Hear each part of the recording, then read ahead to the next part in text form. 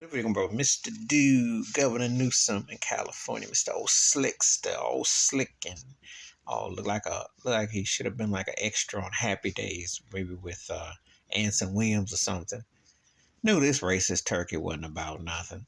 He says we don't want to give reparations. I don't know about that, but we should have some form, something we could work on.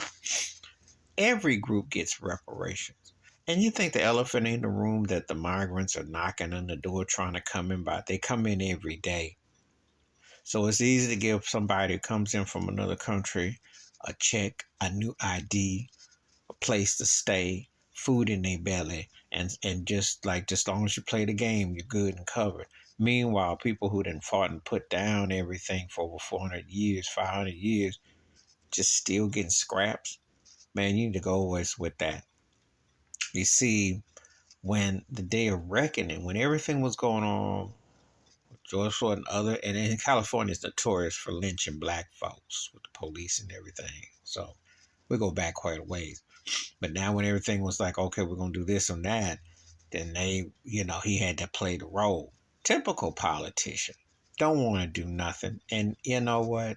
Their white skin and that role means more than being a human being. That's because that's what it comes down to.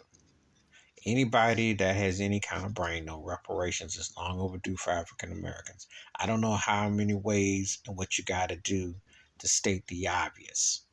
Obviously, the bias in the housing, education, the hospitalization, just the livelihood. When they gentrify, they run black folks out of the neighborhood and whitefy it. And if you can't pay, oh well. Imagine that. Imagine that. But he's typical. He's settling for his white privilege role, you know, because he's Klansman.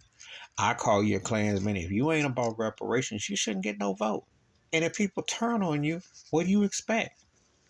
You didn't have the Mexican ones at the L.A. County Council who was talking about a 2-year old kid, about the parent, and using racial epithets.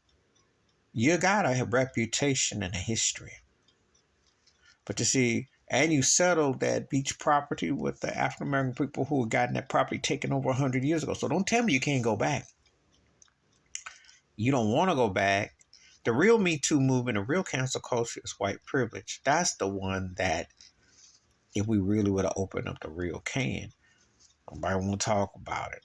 But see, he just rather be slick and smooth, like a used car salesman, just a used car salesman up there.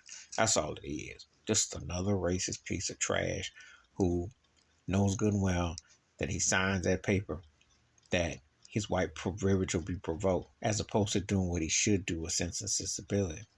But he ain't no different than Santis, just using a different logo and a name. Please hit like, subscribe, welcome thoughts and comments, and I do respond. Thank you. Wash your hands, keep your mind clear, watch for another. Share it if you want to know more.